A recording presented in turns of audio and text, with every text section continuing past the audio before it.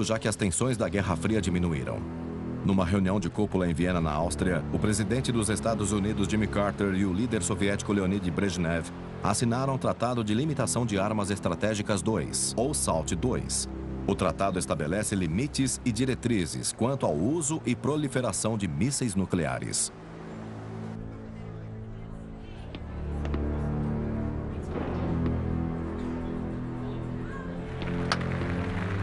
Nós poderíamos enfrentar omissão, contramedidas e todos os tipos de trapaças, porque sem o SALT, todas as ações, todas elas, seriam permitidas.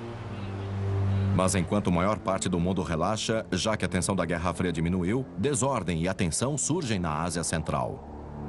É só uma evacuação comum. É apenas uma medida preventiva. É? Uhum. A tensão no Afeganistão veio se acumulando há mais de um ano desde que o governo marxista assumiu o poder. Refugiados começam a atravessar a fronteira em grandes números. Do Afeganistão, 200 mil pessoas foram se exilar no Paquistão. 200 mil pessoas que perderam seus lares, seus tetos, suas roupas. Eles não têm nada e precisam do seu apoio.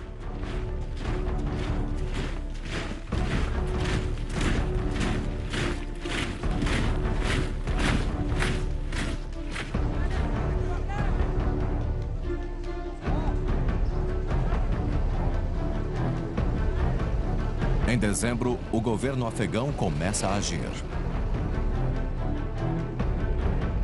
O contingente limitado das Forças Armadas Soviéticas veio ao Afeganistão a pedido do Conselho Revolucionário e do governo da República Democrática do Afeganistão, em conformidade com a Carta das Nações Unidas. Janeiro de 1980. Babrak Karmal é escoltado pelo exército soviético até o Afeganistão e toma posse como presidente. O Ocidente enxerga isso como uma invasão da União Soviética. Os americanos perceberam que os afegãos foram coagidos ou alguém havia recebido dinheiro. Foi, sem dúvida nenhuma, o equivalente a uma invasão ao Afeganistão. Uma interferência tão sórdida nos assuntos internos do Afeganistão é uma violação escandalosa das regras de comportamento internacionais aceitáveis. A ocupação soviética no Afeganistão transformou muito perigosamente a natureza dos acordos políticos e estratégicos existentes na região. Então, portanto, deve haver um esforço contínuo para garantir a segurança da região sob ameaça. Apesar dos protestos dos Estados Unidos, eles também interferiam nos negócios afegãos. Os Estados Unidos vêm secretamente fornecendo dinheiro e armas aos rebeldes anti-governo há mais de um ano. Agora, o presidente Karmal precisa de assistência soviética para continuar no poder.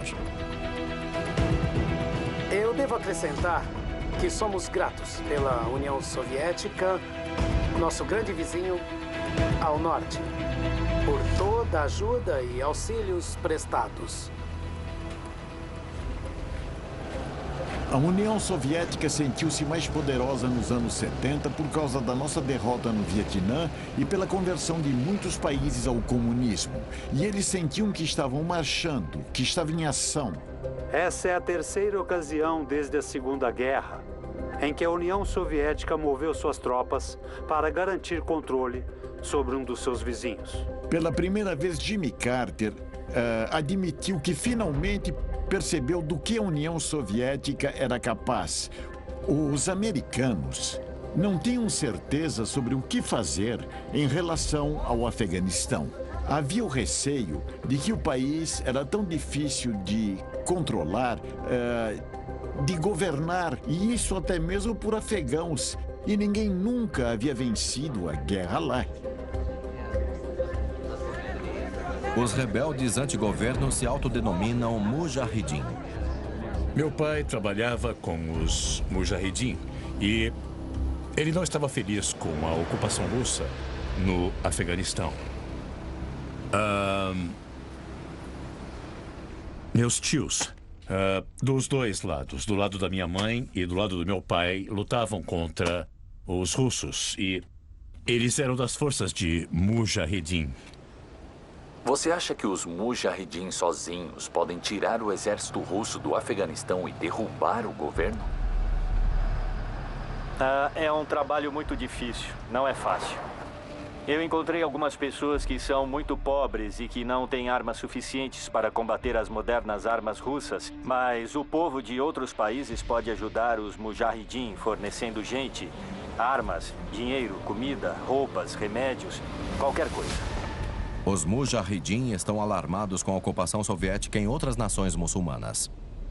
Nós vimos o que aconteceu na Ásia Central, nas repúblicas asiáticas e agora no Tajiquistão, no Uzbequistão e em todas as outras repúblicas. Eles vão precisar de milhões de dólares em armas para combater o exército soviético.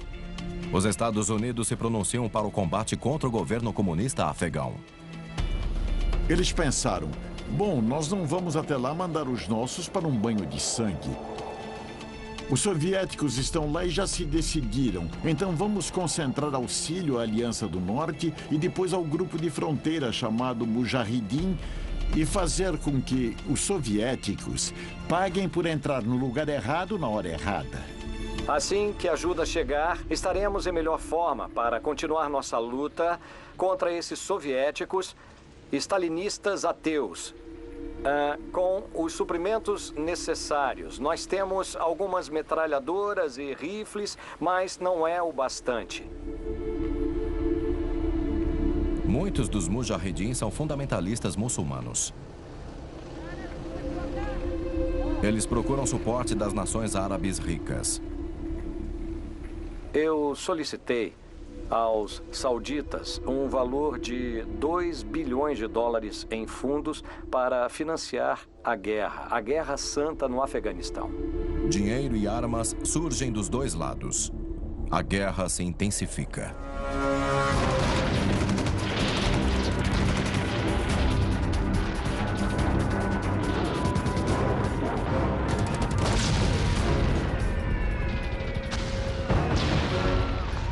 Acho que eles não estavam lá apenas pelo Afeganistão. Estavam lá para chegarem aos portos de águas quentes e eles queriam expandir, abrir as asas e se tornarem maiores. Não estavam lá apenas para ocupar o Afeganistão e parar. A resistência afegã à invasão soviética tem sido tão dura que agora o país está fechado para repórteres ocidentais. A única forma de entrar é se disfarçando de combatente da liberdade afegão. Os caças MiG soviéticos passam bombardeando uma cidade em um vale distante.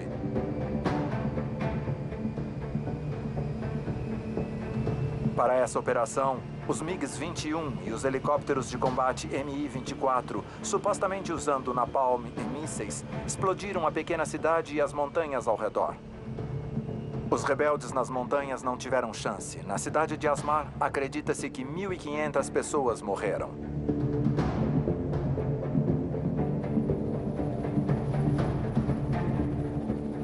Essa é a arma mais temida pelos rebeldes. O helicóptero de combate soviético.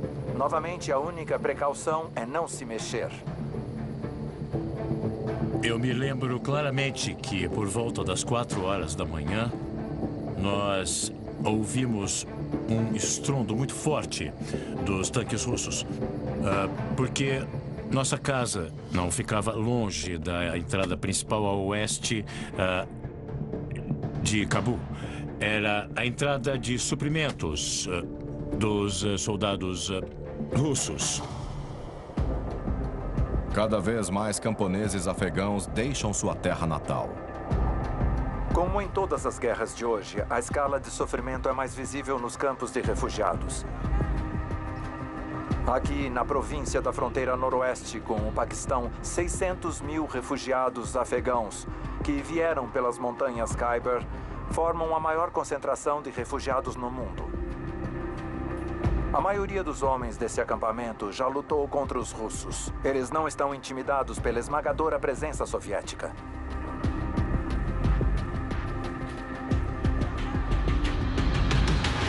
A A guerra que sempre travamos foi uma guerra de ideologias. E a guerra depois se tornou do Islã sob ataque naquela região. Então era assim que a guerra era vendida dentro daqueles acampamentos de refugiados, de que o Islã estava sob ataque e que você deveria agir para defender o Islã contra a Rússia. Por isso, no geral, o objetivo desses hospitais é de cuidar dos rebeldes feridos e mandá-los de volta ao Afeganistão assim que estiverem aptos para lutar novamente.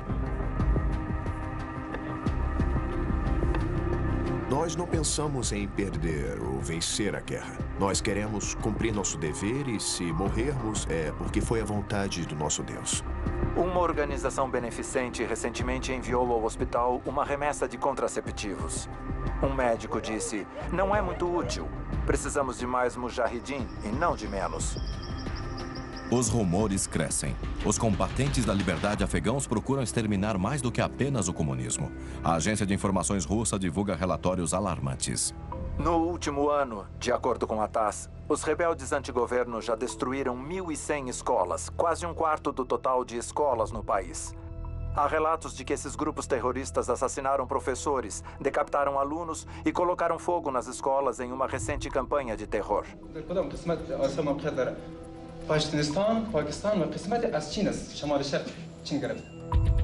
A guerra do Afeganistão se tornou muito mais do que apenas uma batalha de ideologias da Guerra Fria. É uma guerra religiosa.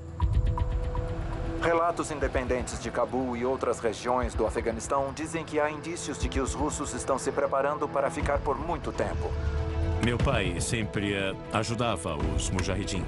E sempre temíamos que um dia, forças do governo ou a inteligência pudessem nos encontrar e pegar meu pai. E nunca mais nos veríamos de novo.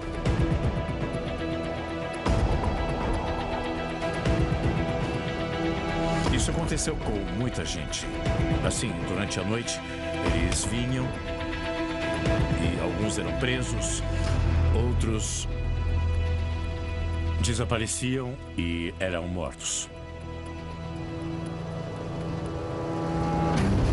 Ao final de 1980, parece que o Afeganistão não encontrará paz tão cedo.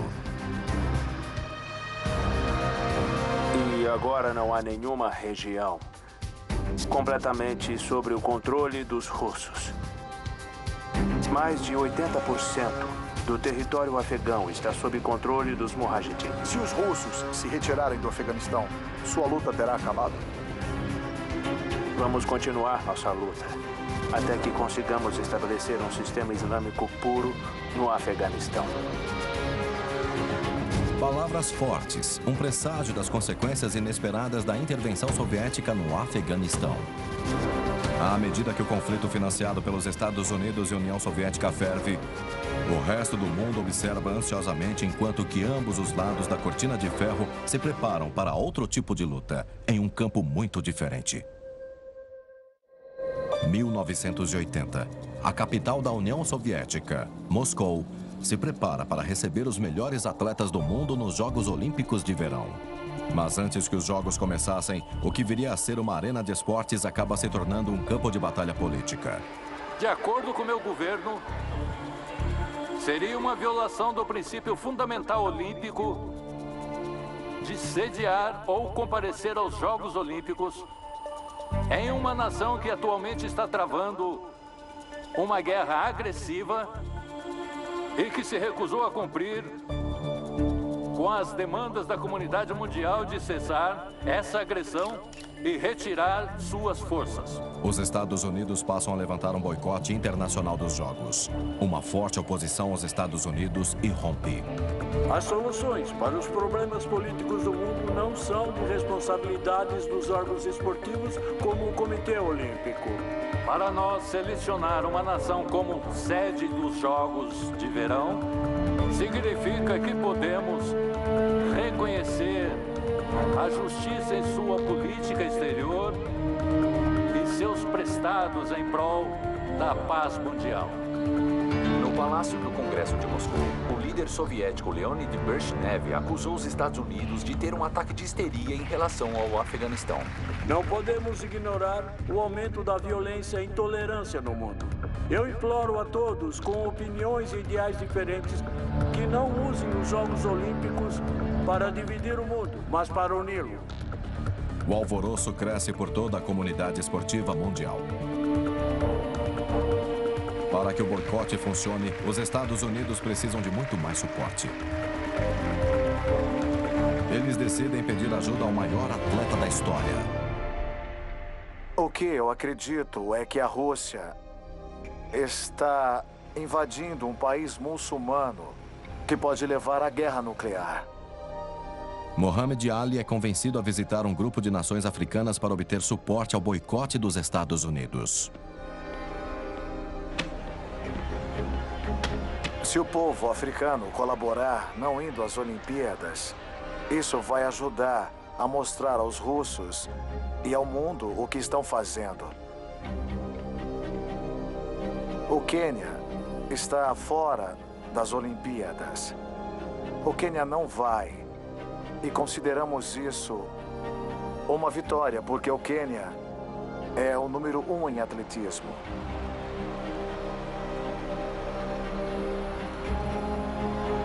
O que são as Olimpíadas sem o Quênia? América e outros países que também estão fazendo parte dessa comoção.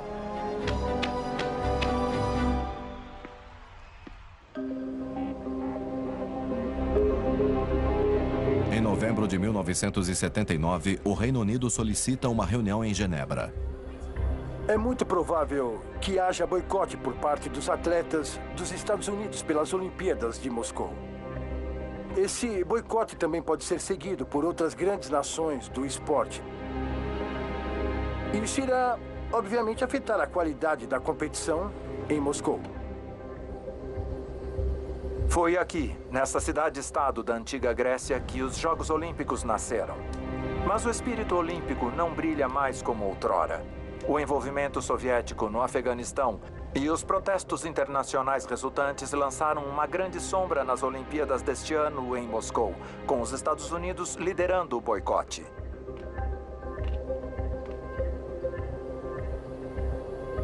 Dois meses antes dos Jogos começarem, o boicote é confirmado. As Olimpíadas modernas foram revividas pelo barão Pierre de Coubertin no final do século passado. Eles se basearam nos ideais dos gregos antigos, que por mais de 1000 anos se recusaram a deixar que políticas ou guerras interferissem nos jogos. Muitas nações muçulmanas e africanas se juntaram ao boicote com China, Espanha e Alemanha Ocidental. Um total de 50 países concordou em manter seus atletas longe de Moscou.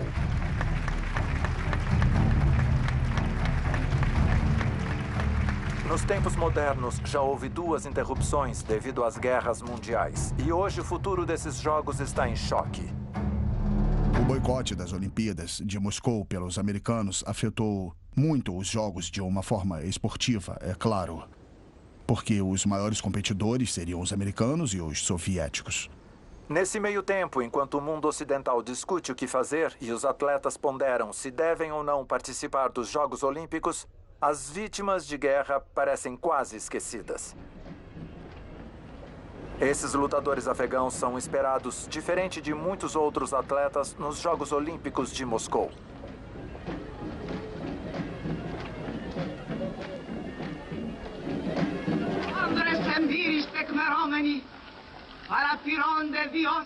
A atriz grega Maria Moscolio receita as palavras tradicionais no templo de Hera. Se os antigos deuses gregos pudessem ouvir e ver, provavelmente estariam enfurecidos pelas recentes crises ameaçando os jogos. Foi uma grande perda para os atletas, eu entendo eles, porque eles treinaram por 4 anos, poderia ter sido um marco na carreira deles. E, de repente, você precisa deixar isso de lado. Isso é política. 80 países de um total de 145 participaram dessas reduzidas Olimpíadas. A chama começou sua longa jornada. Mas será que pela última vez?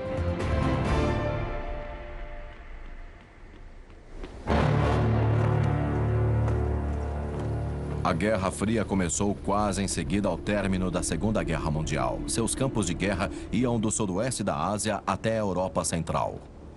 Em 1979, após anos de uma calmaria relativa, a Guerra Fria novamente se intensificou com a invasão soviética ao Afeganistão. Mais uma vez, o planeta inteiro está em alerta vermelho para uma terceira guerra mundial nuclear, já que a Rússia busca solidificar e aumentar suas incríveis forças militares no hemisfério ocidental. O Pacto de Varsóvia, conforme demonstrado em exercícios como esse, já preparou um incrível arsenal para combater a OTAN. O Pacto de Varsóvia é um tratado entre a Rússia soviética e seus estados satélites por trás da cortina de ferro. Uma resposta do Bloco do Leste à OTAN. A OTAN estima que o Pacto de Varsóvia já tem quase 3 vezes mais o número de tanques que o Ocidente. Todos os países da OTAN não são páreos para o poderio militar do Bloco do Leste. Apesar do Tratado de Limitação de Armas Estratégicas, eles desenvolveram uma solução nuclear. Em Haia, os ministros da defesa europeus chegaram para uma reunião de planejamento da OTAN. Em jogo, uma das decisões mais vitais na história dessa aliança.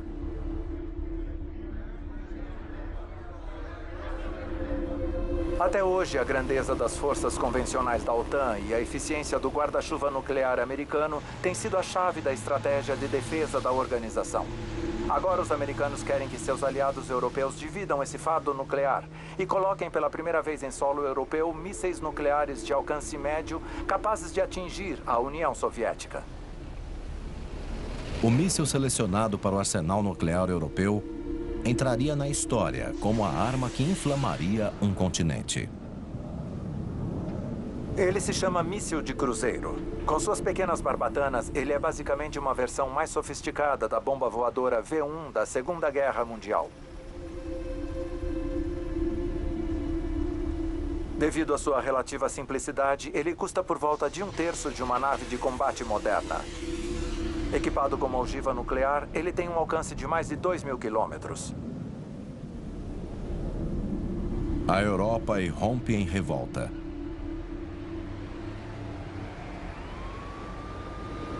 Não havia protestos tão grandes assim há anos, mas o colapso da détente aumentou a tensão pelo mundo.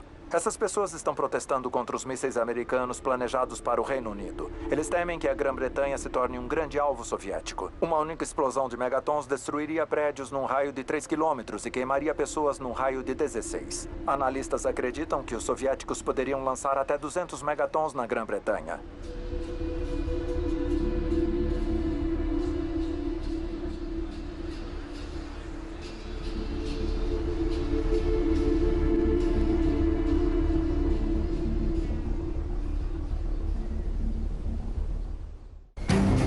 Os mísseis são secretamente trazidos para a Europa e a Grã-Bretanha.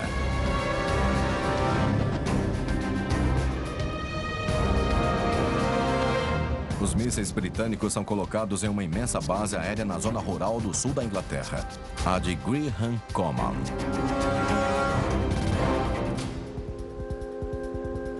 Esses mísseis americanos eram colocados em silos embaixo da terra e em caminhões de mísseis prontos para partir.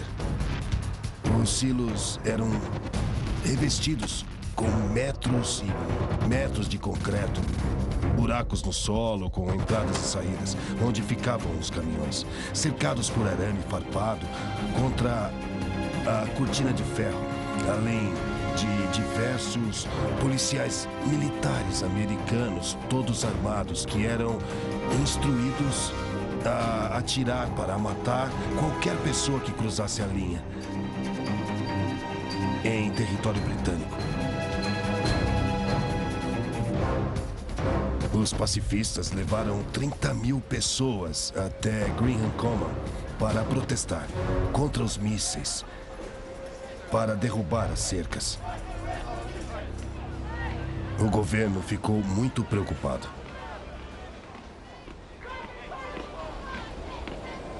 Nós tivemos que impedir mulheres de entrar na base. O perímetro era de 14 quilômetros. Grande parte em matagais, então era difícil ver as pessoas se rastejando pelas cercas. O plano de ação para defender a região de 14 quilômetros foi elaborado. E eu passei o dia todo no helicóptero. E eles passaram o dia lá. Eles destruíram algumas das cercas, mas não entraram. Notavelmente, nenhum tiro foi disparado. Os pacifistas continuaram acampados nos arredores de Graham Common por mais 19 anos.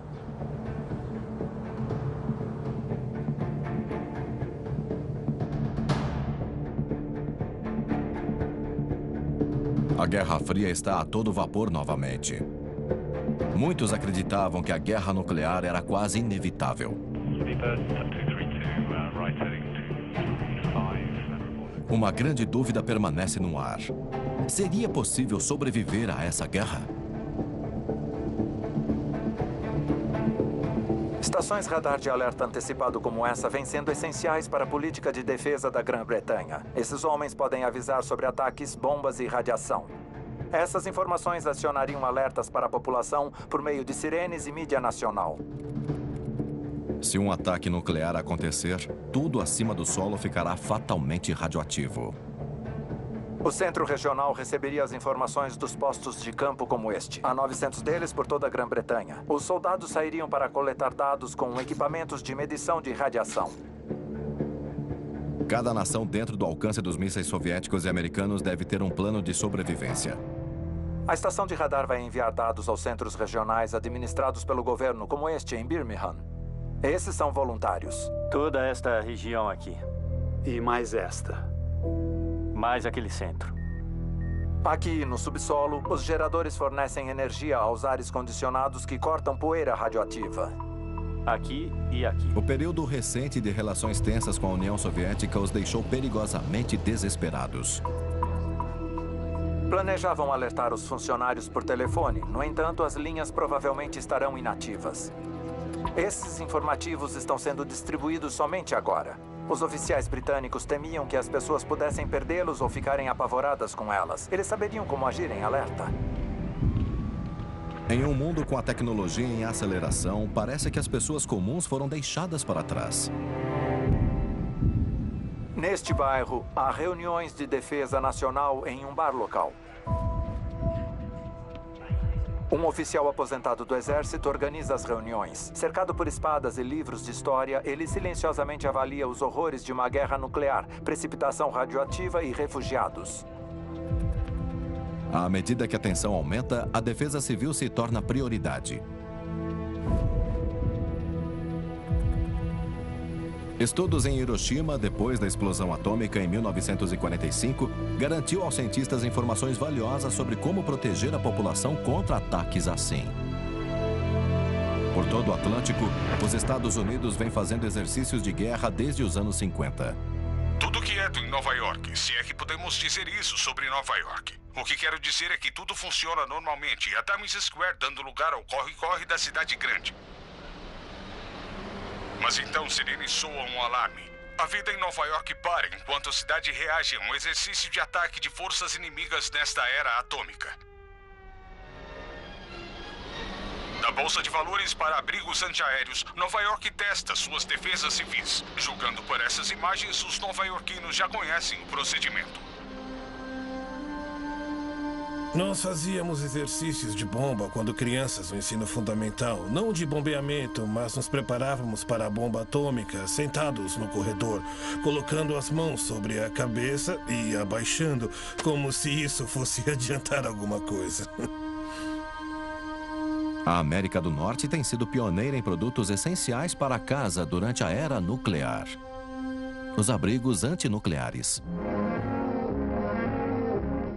Faça você mesmo seu abrigo antinuclear. Esse modelo acima do solo na Geórgia e o modelo no porão em Maryland estão abertos para visita do público. Ambos são praticamente iguais em relação à estrutura interior e decoração.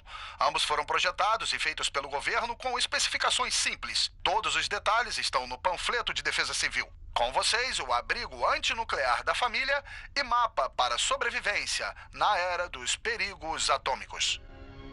Enquanto isso, em Vancouver, no Canadá, um cavalheiro que prefere permanecer anônimo está determinado a se proteger contra a guerra atômica.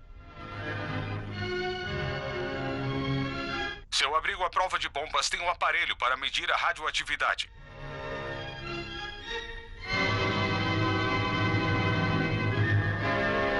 A porta é fortemente isolada com chumbo para evitar a entrada de radiação.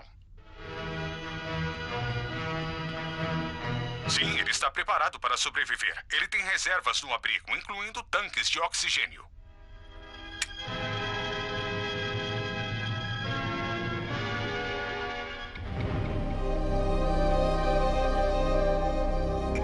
Os abrigos nucleares estão nas notícias desde que a primeira bomba atômica foi jogada sobre uma cidade.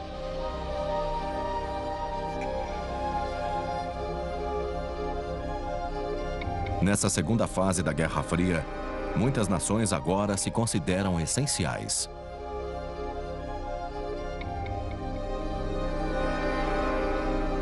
A Suíça tem um dos planos de defesa públicos mais avançados. Aqui, cada prédio com menos de 15 anos tem seu próprio abrigo antinuclear. O governo paga por uma metade e o dono paga a outra. São completamente equipados. Eles usam filtros de ar. Eles sabem a necessidade de portas de proteção fortes e a necessidade de um abrigo higienizado. Para desenvolvimento de habitação, o programa inclui abrigos comunitários como este, que são mantidos de forma impecável em caso de emergência.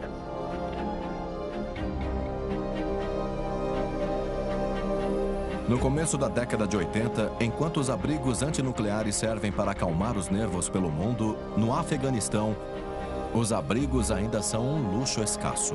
Isso na nova linha de frente da Guerra Fria. 1981. É a terceira década de Guerra Fria e as vítimas do seu último conflito, da Guerra Soviético-Afegã, se aglomeram em números ainda maiores na fronteira do Paquistão com o Afeganistão. Esta é provavelmente a maior concentração de refugiados no mundo, possivelmente chegando a 2 milhões, ou 1/7 de toda a população afegã. A guerra já está assolando esse país montanhoso há 2 anos.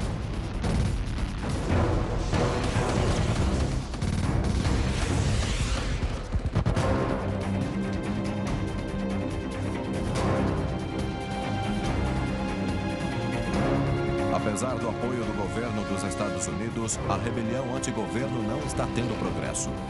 Agora eles estão na linha de frente de uma nova Guerra Fria. O deterioramento da relação entre leste e oeste, cuja intervenção soviética não teve um papel pequeno. Vem acontecendo um fluxo contínuo de afegãos através das montanhas, indo em direção aos acampamentos e o Baluquistão.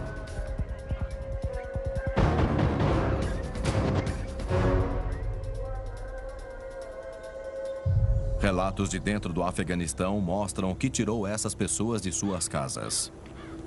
Enquanto entramos na cidade de Pagman, a mais de 2.100 metros sobre as montanhas, nós ouvimos, mas não vimos um bombardeio. Pagman é uma mera sombra do que foi em seu passado glorioso. Antes da intervenção soviética, era uma cidade com ruas largas e palacetes construídos pelo rei Amanullah nas décadas de 20 e 30, após se emanciparem da Grã-Bretanha. Agora, a cidade é cercada por 70 postos do exército afegão que comandam as montanhas da região. Muitos civis feridos são enviados a um hospital em Cabul. Em um hospital na capital, as vítimas de guerra são jovens demais para entender. Essas crianças foram feridas por um ataque rebelde de foguete. De acordo com os médicos, os mísseis raramente acertam o alvo pretendido, as instalações militares do governo. Ao invés disso, acertam áreas altamente povoadas por civis. Ele estava na estrada de Jalalabad, que fica a 25, 30 quilômetros a leste de Cabul, e foi baleado no peito. O Azamet tem 7 ou 8 anos. Ele foi ferido por uma armadilha. Alguns vizinhos nossos morreram por ataques de mísseis. Um desses mísseis caiu muito perto da minha casa, talvez 3 ou 4 casas de onde eu morava. E, bom, eu perdi um grande amigo. Apesar da devastação, alguns escolheram não fugir.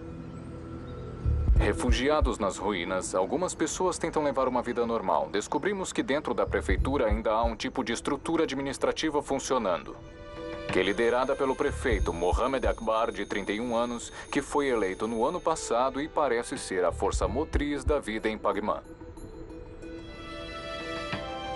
Sem anunciar, viajamos 11 quilômetros para um vilarejo de longe aparentemente deserto e danificado. Mas em minutos, um grupo de crianças e anciãos aparecem de repente.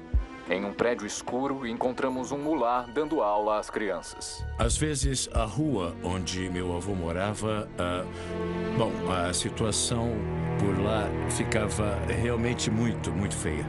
E havia a guerra ativa e a luta entre os mujahidin e as forças do governo. E assim, por um momento, as pessoas se escondiam, mas depois dos combates, a vida voltava ao normal e eles voltavam a fazer o que estavam fazendo antes. Não tinham mais medo, a vida voltava ao normal.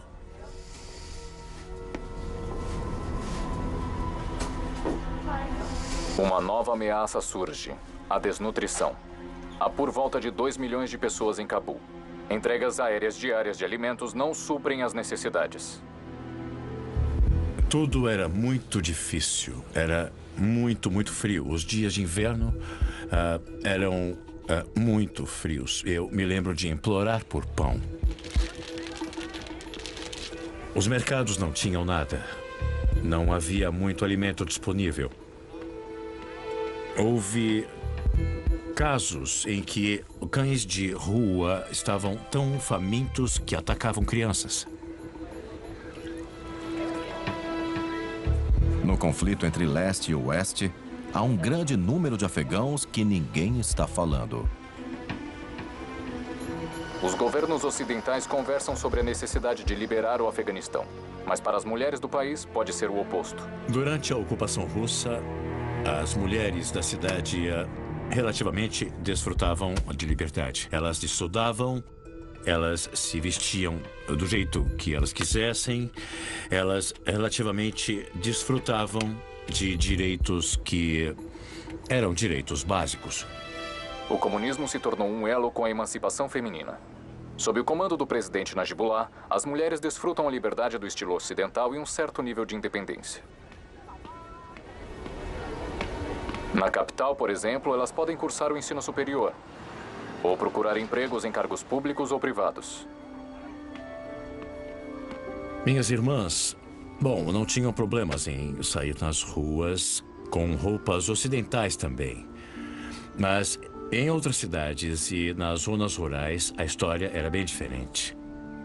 Poucas escolas funcionavam, as mulheres só podiam sair se elas usassem a burca ou o hijab adequado. Havia uma distinção entre a vida das mulheres na cidade e a vida das mulheres nas zonas rurais. Em locais sob controle dos rebeldes, as mulheres estudantes sofriam ameaça. Há muitos relatos de que estudantes femininas na universidade foram atacadas pelo Mujahidin. Como sabem, os Mujahidin não aprovam educação para meninas e mulheres. E por isso, eles não gostam que meninas frequentem colégios ou universidades. E por isso, eles atacam a universidade. As mulheres foram autorizadas a ter oportunidades de educação. É claro que elas vão poder fazer suas próprias escolhas. O que aconteceu com as alunas? Como foram atacadas? Eles jogaram ácido no rosto das mulheres. Algumas decidiram lutar de volta. Essas mulheres estão unidas pela ameaça representada pelas forças do fundamentalismo islâmico. Nós nos unimos à milícia porque defendemos os direitos das mulheres. Iremos combater a contra-revolução em nosso país. Mesmo não lutando na linha de frente, muitas receberam treinamento militar completo e estão prontas para defender seus direitos recém-adquiridos até a morte. Fátima se alistou há 5 anos. Ela tem 2 objetivos: defender o governo e o direito das mulheres. Se os fundamentalistas tomarem o poder, o futuro de algumas mulheres será o retrocesso. Bom, eu conheci mulheres muito fortes, com o passar do tempo, que compreenderam bem as virtudes de um ambiente mais secular e como eram aversas ao auxílio dos extremistas islâmicos pelas grandes potências que disputavam o poder entre si. Elas eram um grupo incrivelmente fantástico. Metade da população dentro do país que eram as vítimas reais daquela sucessão de intervenções infelizes. Sem perspectiva de um final de conflito, o Afeganistão se tornou a própria versão da União Soviética do Vietnã. Muitos começam a se perguntar se é uma guerra que podem vencer. A situação passa de mal a pior. 1º de setembro de 1983. A aeronave coreana 007 de Nova York a Seul desaparece no mar do Japão com 269 passageiros a bordo.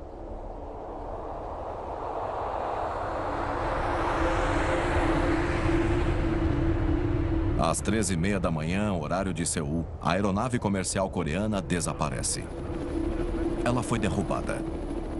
Destroços começam a aparecer ao longo da costa japonesa. Depois de uma semana, a União Soviética assume a responsabilidade. A seguir, uma breve passagem da fita, que vamos reproduzir integralmente para o Conselho de Segurança das Nações Unidas amanhã.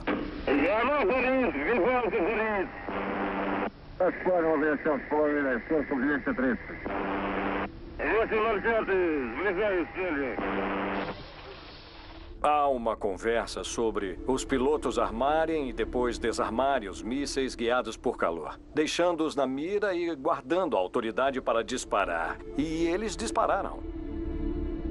A noite do desastre estava muito escura e com tempestades. O voo saiu de curso e entrou em espaço aéreo soviético sobre a península de Kamchatka. Os russos acreditavam que o avião Jumbo era um avião espião dos Estados Unidos. 4 caças levantaram voo na região da base aérea de Sokou. Nessas gravações está claro que estão reportando que a aeronave foi abatida e as aeronaves foram suspensas. Não se arma e dispara um míssil guiado por calor como disparo de advertência. Depois de disparado, um míssil busca e acerta o alvo. 2 mísseis foram lançados.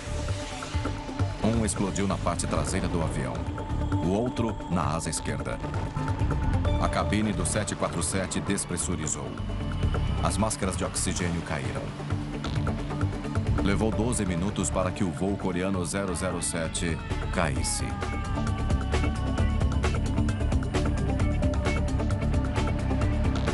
Apesar da fúria na Coreia, os russos alegam que foi um ataque justificável.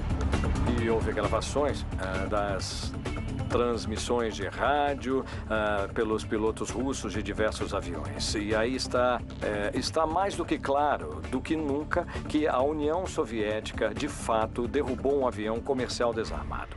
A União Soviética dá uma coletiva de imprensa. Um dos pilotos afirma que o piloto ignorou os disparos traçantes de advertência. E não há conversa sobre disparo de advertência, balas traçantes ou coisa do tipo. O que aconteceu de fato foi mantido em segredo.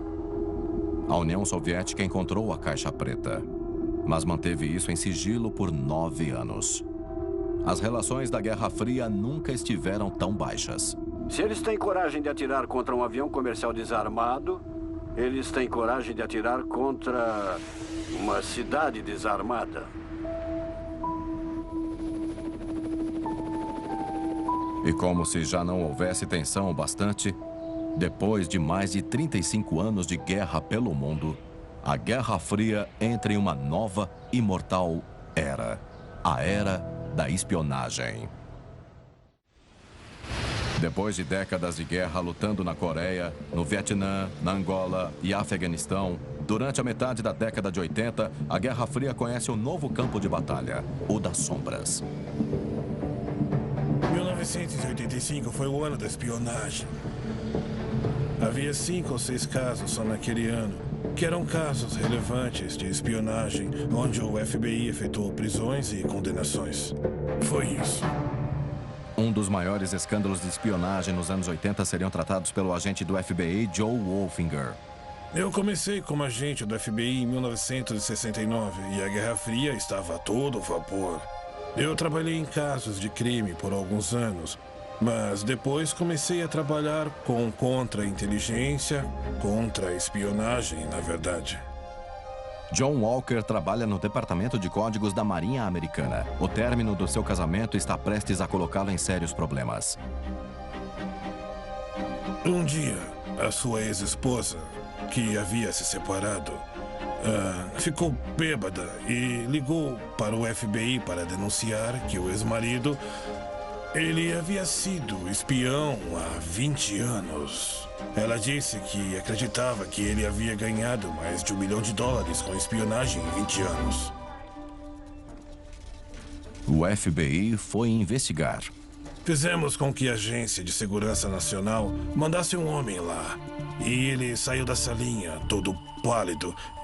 E ele disse, se esse cara for espião, a perda vai ser inacreditável. Walker era responsável pelos códigos e pela comunicação dos navios da Marinha. O código, é claro, serve para evitar que uma mensagem seja compreendida pelo inimigo. À medida que os agentes pesquisam mais, eles descobrem que Walker pode ter revelado os planos e a posição das tropas durante a Guerra do Vietnã.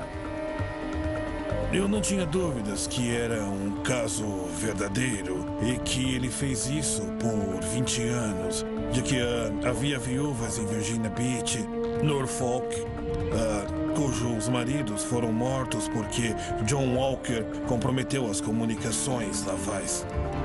O desafio era provar que Walker era espião. Wolfinger e sua equipe observam Walker dia e noite.